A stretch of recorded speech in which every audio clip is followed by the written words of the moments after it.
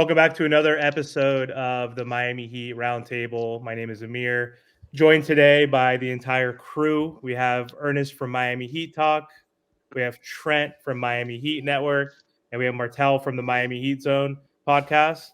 And we also have a special guest today. We got Nick joining us from Chat Sports. How are you doing today, Nick? Yeah, good. I'm glad to be on here, talk some Heat hoops. That's always a good thing. So appreciate y'all having me on. Yeah, Thanks no for coming problem. on, brother.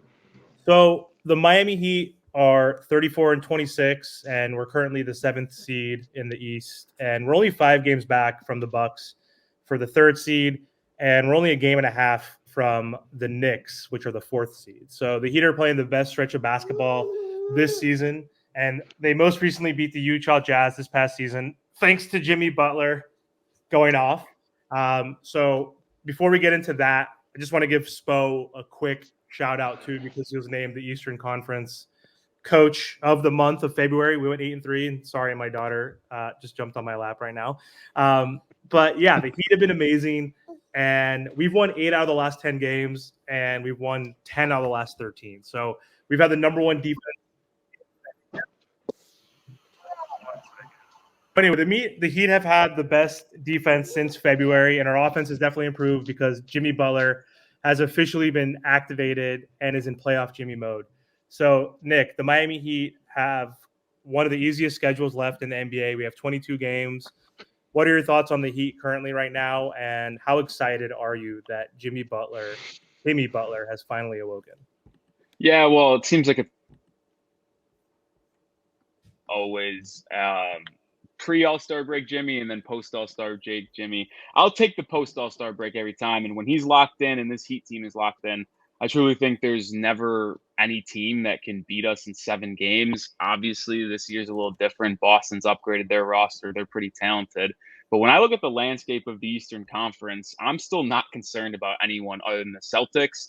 And obviously, there's really no way to try to land in a seed per se. You just want to win every game you play, and you go out there to play and win the game. But if the Heat are on the opposite side of the bracket of Boston come mid-April, I truly think we're set up for round 4 of an Eastern Conference Finals of Heat Celtics, and I'm going to take Jimmy's chances every single time unless they prove they can beat us consistently. So really, I think the only thing that can hurt Miami from here on out is the health aspect. Obviously, Tyler's already been ruled out of Tuesday's game against Detroit. It's been a little concerning to me of his history of injuries and how he could never stay on the court, it feels like.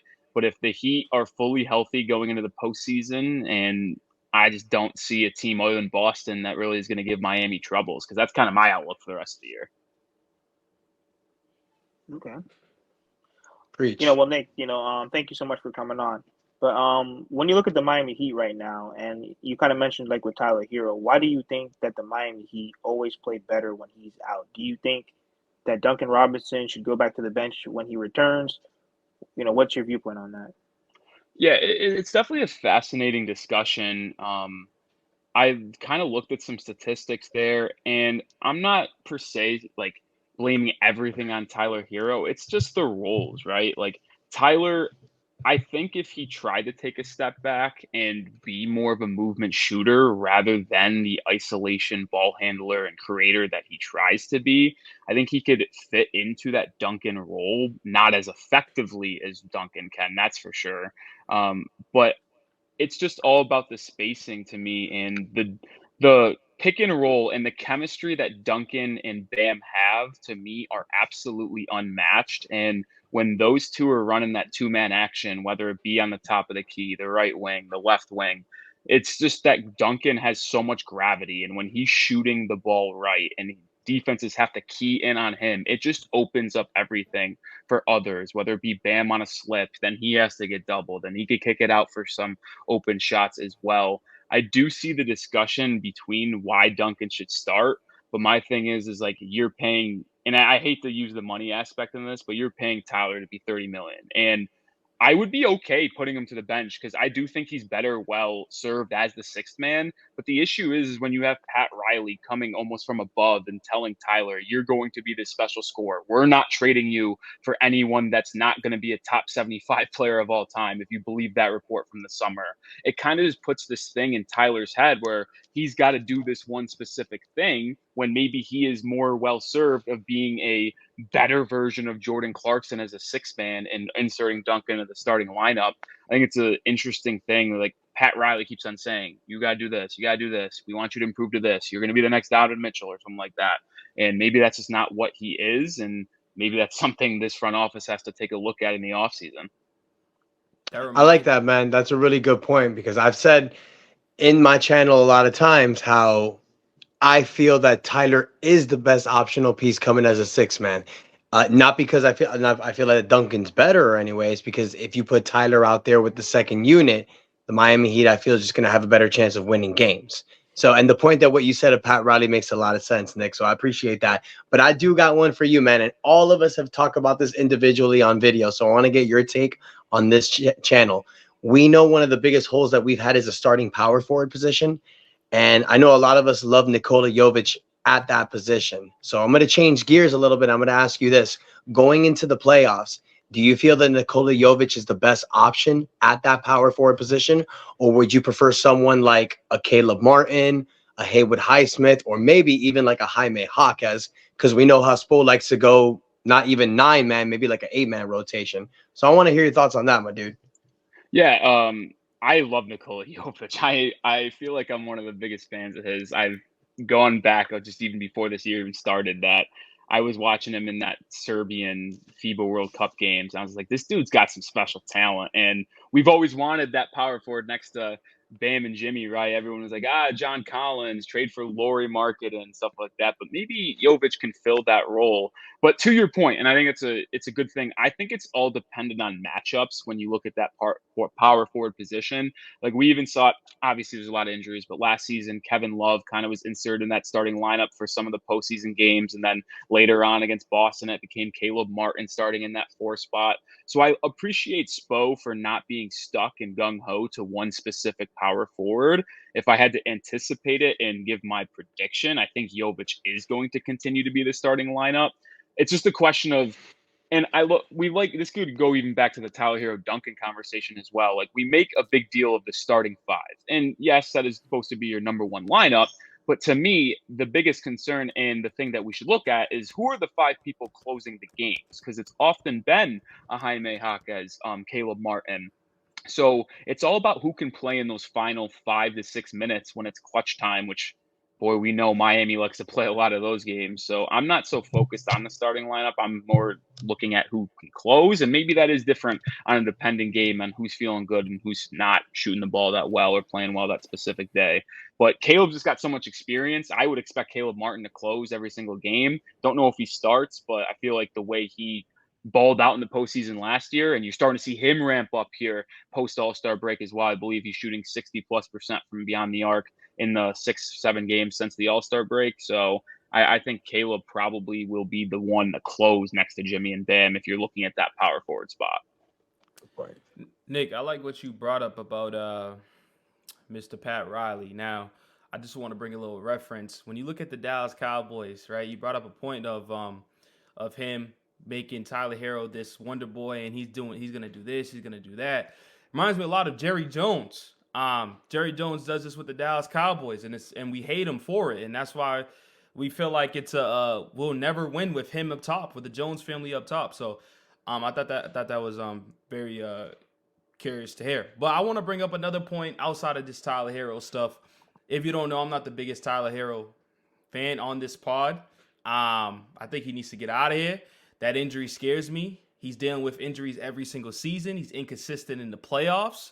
I think those 2 things right there is disaster. And we have a better record without him in the starting lineup. And Duncan, we continue to talk about Duncan. It's not about how good the player is. It's about fit and style in the NBA. It's simple as that. You can have 5 great players on the court, but they won't work out together. It's simple. You know what I'm saying? But I want to go on to this thing where it's a lot of people covered today. I'm pretty sure you talked about it too. Is this clown Bill Simmons, whatever his damn name is, coming for the Miami Heat and talking trash bad on our name. I'm sure I could read a little bit of it, of him pretty much saying that we got lucky and this Heat culture is fake luck and this and that. Have you seen the article? I did see what he had to say. Yeah, so I just want to hear what you got to say about that. Are you putting any attention to that, or like just go off on this clown dude because he just like Yeah. sounds just like a big hater, like the biggest hater, you know? Well, I'll start with this. It's like I was actually surprised to see him kind of slander the Miami Heat name because as much as he dislikes us because of how much success we've had against his Boston Celtics over the past decade plus a little bit, he has always been complimentary of us and always feared us more than any other team in the league. Like I've listened to his podcast here and there because I do think he does a good job outside of when he's talking about Miami and Boston specifically, because then his biases creep in. And he's said in the past of like how he thinks this Heat team is more threatening than the team last year because of the additions of Jaime Jaquez, Duncan Robinson's full-on resurgence. And so it caught me by surprise almost that he went to go slander us and start saying we had luck. You know what the real like issue I have with it? It's not luck. It's just the ability to scout and find talent. Like you think it's luck that the Heat are finding undrafted Gabe Vincents, Max Strus, Caleb Martins. Like it's not luck. We're not looking at any of these things. If you have a problem with the way this Heat culture is presented, then go beat us. But as long as they're going to continue to lose in the postseason for the most part to this core, like go keep your own Boston Celtics and be cool with them. Yeah, that's so funny. Trent's from Boston, and it's Bill Simmons. He's not a Boston fan, which is good. We welcome. He doesn't Trent. deserve his name to be said correctly. That's after totally bashing him. fair.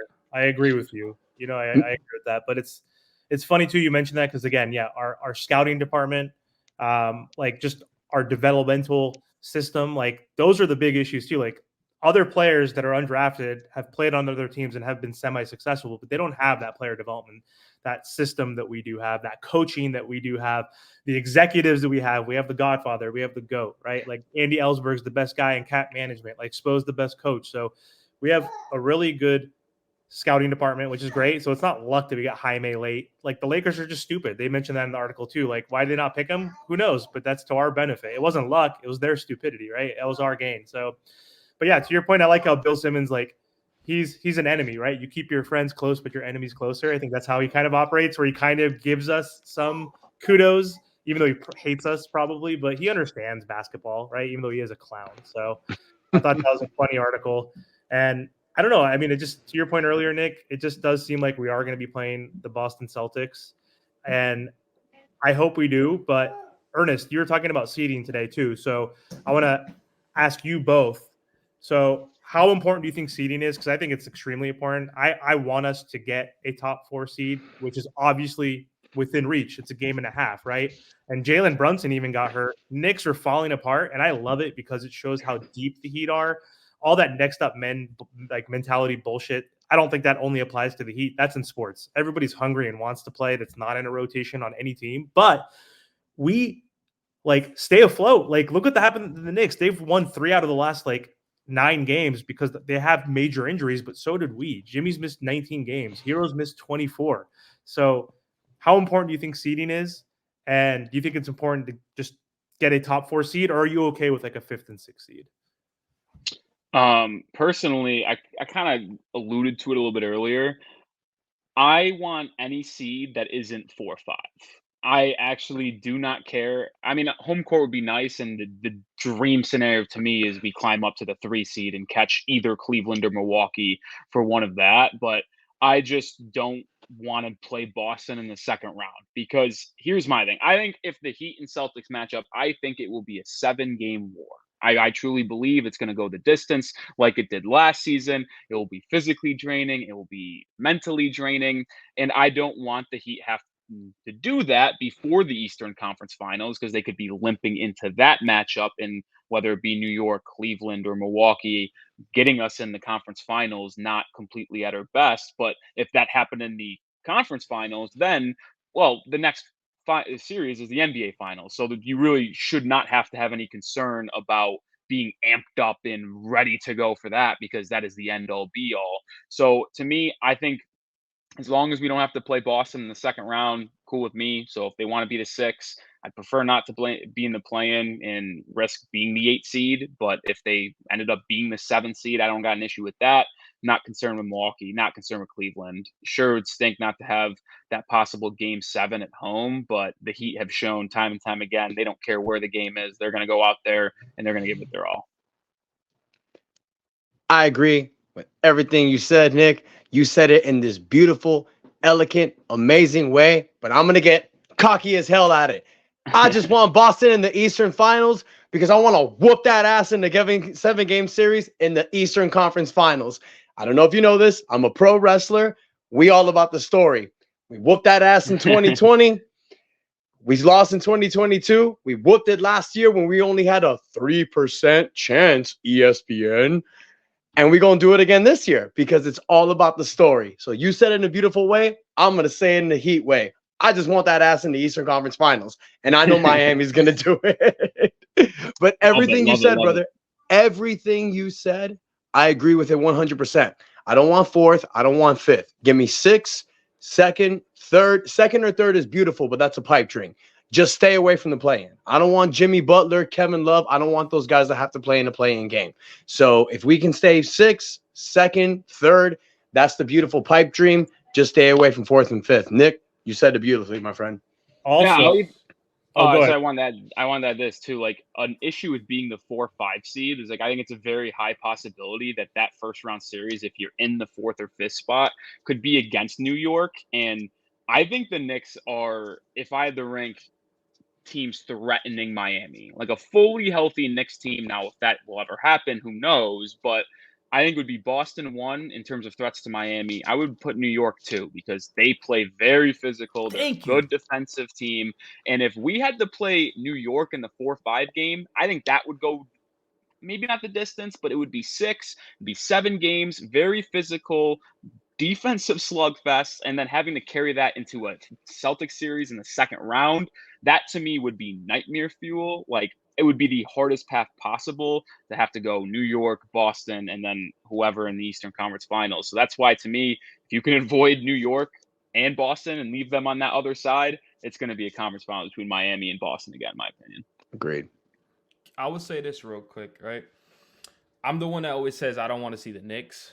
I'll be the one on the podcast to say I'm kind of tired of, like, seeding wise in the sense of let's not take a regular season and beginning not too serious, because then we get into positions like this where it's just like, let's just get this top 6 seeds. And I get it. I know how this team can be. We could be anybody. We can be in the championship. But it's just like we're putting us in positions that we shouldn't really be. Like, when we look at the standings of this Eastern Conference, why the hell are the Cavaliers in 3rd seed? That can easily been us. That's easily us. We was hot in the beginning of the year. Let's not forget. We was that top seed earlier in the year, then the mid part losing streak, and now we're starting to kick it up. But it's just frustrating to me, man. And Martel always says it, like, Jimmy, he load managed, and I get it. It's not on him. But these are the times where Tyler, now Bam, and all the other role players need to step up so we can have good seeding, because every single season, like, we're going to be 4, 5, 6, possibly playing. And that's just not what we want to do it. And how close it is, it's scary. We're in 7th seed right now. Like, look, if you look at the Knicks, they're 36-25. We're 34-26. You got the Magic, the 76ers. It's so close. Like, one lost game can literally change this whole thing. And when we look at our schedule, it may look like we got the easiest schedule, but as Heat fans know, we struggle against the easiest teams. Like, we got Detroit coming up 3 times. 3 times. You're telling me we're going to beat them 3 times in a row? Bro, I hope we do, but I don't see it. I really don't see it, because Heat come out here, they beat a Sacramento Kings team. Great. Then they go struggle against Portland. Then they go beat the Jazz by 6, and then we play Pistons tomorrow, and somehow we're going to lose. And then we beat the Mavericks. Like, and then we're going to beat OKC, and it's like, why can't we play consistent all the time? And that's the frustrating part about this Heat team. But like I said, I don't want to see New York. I don't want to see them. And if we got to play Boston early, it is what it is. But like you said, let's avoid them for now, and let's end their dreams, having them the best record with 12 losses, see them in the Eastern Conference Finals, and send them home right then and there. So when it comes down to the Boston Celtics, how do you think that the Boston Celtics will match up with Porzingis? Because if he's healthy, trust me, like I am on the same page with you guys. I really only think it's the Boston Celtics that are the only threat to the Miami Heat, but you really can't sleep on Drew Holiday. You really can't sleep on Porzingis. So, you know what I mean? Like I know that the Boston Celtics they always fumble the bag somehow, but we got to take them serious this year. And how do you think they're going to deal with Porzingis' size? Yeah, I think if you're looking in that specific matchup with this Celtics team this year, that's where Nikola Jovic comes into play, in my opinion. That is where Miami has to have two bigs on the floor at all times, whether it be a combination of Jovic and Bam, Kevin Love and Bam, Kevin Love and Jovic. Because what Boston likes to do is they like to outsize you, and there's a lot of times when they're fully healthy that they run a Horford Porzingis lineup when they bring L off the bench, or if they bring Cornette at times as well. But even if they don't go double big lineup and Porzingis is their center, and the Heat still run a two big lineup, well, guess what that allows Bam to do? Because then you put Jovic and Kevin Love on Porzingis, and sure, is it the best matchup? No, but it's not like Porzingis is going to really take you off the dribble anyway. They're going to try to get him in post-up situations, which I think Kevin Love could handle with his size. And then Jovic's length could maybe contest some shots for Porzingis as well. But that gives Bam the ability to roam and switch on defense and switch on the Jason Tatum, switch on the Jaylen Brown, use his quickness, physicality, and length to really disrupt those elite wings in Boston. So if you're asking me, and I know it's unfortunate because Eric Spoelstra likes to play a lot of small ball, but if the Heat and Celtics play up with this iteration of Boston having Porzingis, you have to have two bigs on the floor almost, I wouldn't say all the time, but I'll go 80% of the time, whether it be one of those three-man or possible lineups that Miami can run. They got to have it at all times. Yeah, I agree. Now, let me ask you a question, Nick, right? Who cares about the Eastern Conference? We'll be all right. The big question is the West, because to win a championship, you have to beat a Western Conference team. It's simple as that. And I've been saying this to the guys for a while now, right? You probably can see in the back right there, that's the Clippers and Bucks playing right now. I'm scouting these two teams. But anyways, the West don't scare me at all, right? But there's two teams that kind of fear me, and there's one team that we just can't beat, and that's the Nuggets. We do not want to see the Nuggets. We can't beat the Nuggets at all. I don't care I just don't think we can beat that team. But when you look at the West, what outside of the Nuggets, what teams do you be like, I do not want to see them if they was to go to the NBA Finals and face the Miami Heat? I was saying the Clippers, but the Clippers have been playing not the greatest basketball lately, and also Russell Westbrook just fractured his hand. So there is a lot of stuff that's kind of slowing down on their end. But outside of the Nuggets and Clippers, is there any team that you're like, I don't want to face them? Yeah, it's interesting. Then I completely agree with you on Denver. I always have been saying this, and it's like I hate to be the bearer of bad news, but if Miami and Denver play in the NBA Finals again, we're probably gonna get chalked up. We, at least as currently constructed, do not have a roster to compete with Denver, and maybe that's where the offseason last year, like maybe if you have Dame and you have that electric third player next to Jimmy and Bam, it changes things. But that's different discussion. I just don't know if we could currently beat the Nuggets. The Clippers do actually scare me. I don't know how you guys feel about Clippers, but if we played with them, I would give Bam a solid chance to have a really good series there. But with Kawhi and PG, we have always had issues with them. And Kawhi, when he's locked in on a two-way level and he's fully healthy, like He's dangerous. the reason why we've always been able to have success over the last 4 years is because in every NBA playoff series we've had, Jimmy Butler's been the best two-way player. Well, when Kawhi Leonard's locked in, there's not really much better than him. So that's the biggest issue. Like you put Kawhi on Jimmy and Kawhi's locked in defensively, well, you might not see as an effective as Butler, which then allows them to put Paul George on, maybe Tyler Hero. I think that's a nightmare matchup. I will say this. I think OKC has a real chance to come out the West this year. I love their game. My question is, are they too young? But SGA, to me, and I've been saying this for a while now, I think he's the third best player in the NBA. The way he could impact the game on a defensive side, he's a great two-way guard. He might be the best two-way guard in the entire NBA right now. Like leads the league in steals. He's been unbelievable. But I will kind of push back on my own and kind of be contradictory. Like I'm not really fearing them. Like if we match up with Minnesota or OKC in the finals, kind of riding with Miami, LA, Clippers, and the Nuggets, could go probably towards the West.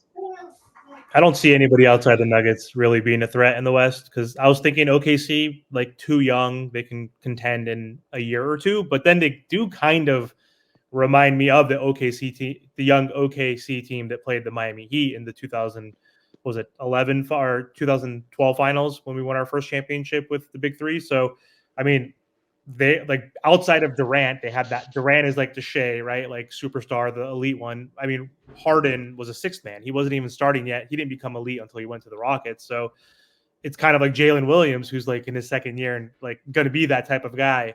But I don't feel any threat with the T-Wolves or the Thunder, and I don't think the Clippers can make it that far because, two words, James Harden, biggest choke artist in NBA history. So that alone cursed them right there, outside of Russ being hurt, and Kawhi and PG can never stay healthy. Like, if Kawhi stays healthy, that's amazing. He's the best two-way player. He's top 3-4 NBA player in the NBA when healthy, right? So the big issue is health. So I don't see anybody in the West getting to the finals outside of the Nuggets, really, in my opinion. So that's the main team we need to worry about, which sucks because I agree with you guys. I don't think we could beat them. And it's to Trent's point earlier, it's not even about like them having a shit ton of superstars. Like, I don't even think Jamal Murray's like that amazing. Like, I mean, he's obviously very good, but it's Joker, right? Like, he is just so dominant. The gravity that he has, the way he makes Jamal better. He makes everybody around him better. That's why he's an MVP. But like Aaron Gordon, like Caldwell Pope, like, these dudes aren't like super elite. They just fit really well. And I think, going back to earlier in the conversation, that's why we keep saying we want Duncan in the starting lineup, because he's a better fit. He's not a better player than Tyler Hero. None of us are crazy. None of us actually think that, right? Tyler's more skilled, like, as a player overall, but it's just about the right fit. And I don't know if we could beat that team. So I do have something else to say real quick. So when I'm looking at the West, do not sleep on the Timberwolves. I'm telling you why. Listen, before the season even started, I said the Timberwolves would be a number 1 seed. I wasn't talking to you guys during that time, but I said they'll be a number 1 seed. I thought they were going to figure it all out and stuff like that. Sure. And it seems like they have figured it out with Karl-Anthony Towns and Rudy Gobert. They've been doing really, really good over there. But their length is very, very, like, something that you have to watch out for, right? Jaden McDaniels, Rudy Gobert, Karl-Anthony Towns, Anthony Edwards is a star. So I don't think they go to the championship, but that's a team that, like, if somehow they do, they can put some fear in your heart in that West, because outside of the Thunder, they're too young, like you said, in the Nuggets and Clippers. Like the Pelicans, I'm not scared of them. Kings. The Suns, maybe they could put some fear if they get healthy, but they haven't been healthy all season. Each game, they're getting superstars hurt. So I think we should be fine. I think this is our year. We made our big move for Terry Rozier. And it's funny because I just made a video and I'm getting comments talking about trade Terry already.